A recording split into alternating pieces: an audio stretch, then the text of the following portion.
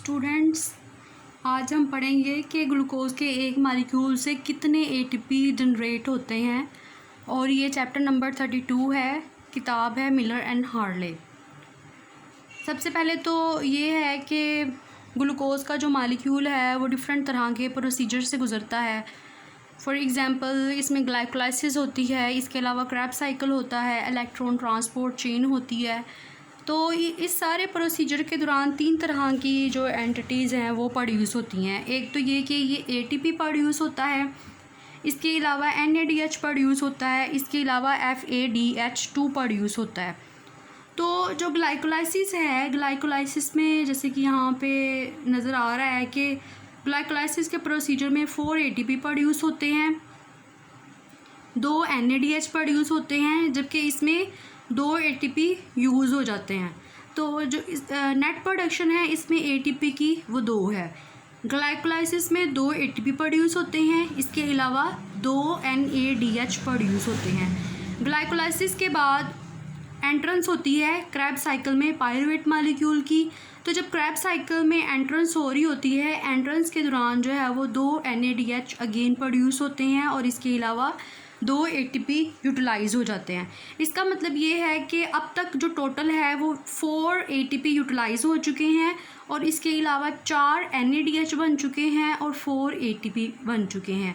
Krebs cycle में क्या होता है, क्रैब साइकिल में 2 ATP बनते हैं, इसके अलावा 6 NADH बनते हैं, 2 FADH2 बनते हैं। तो इसमें जो NADH है वो सबसे ज़्यादा बनते हैं और इसके अलावा इसमें एडिशनल जो चीज़ बनती है वो 2 FADH2 है।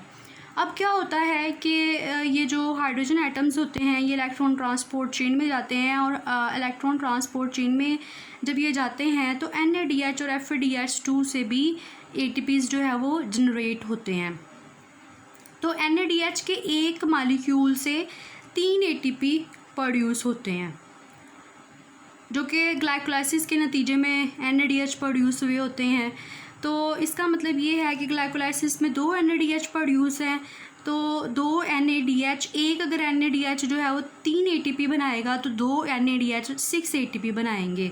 तो इलेक्ट्रॉन ट्रांसपोर्ट चेन में ग्लाइकोलाइसिस की मदद से जो NADH आया होता है उससे 6 ATP बनते हैं। इसके अलावा जो 3 ATP फिर अगेन प्रोड्यूस होते हैं NADH के ज़रिए से, और इसमें NADH कहाँ से आता है, नंबर 2 और 3 से। नंबर 2 और 3 आपको समझाने के लिए यहाँ पे लिखा हुआ है कि 2 जो है वो entrance of NADH to Krebs cycle है, जबकि जो 3 है वो क्रैब साइकिल है।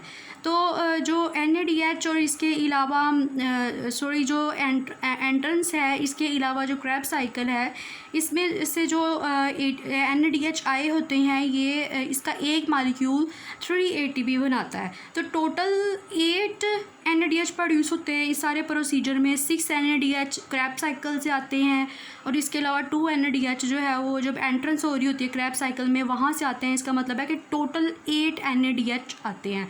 अगर एक NADH 3 ATP जनरेट करता है तो 8 NADH जो है वो जनरेट करेंगे 24, और 2 FADH जो मालिक्यूल्स हैं वो 2 FADH2 के जो मालिक्यूल्स हैं वो प्रोड्यूस होते हैं क्रैब साइकिल में, और 2 ATP प्रोड्यूस करते हैं FADH2 का एक मालिक्यूल।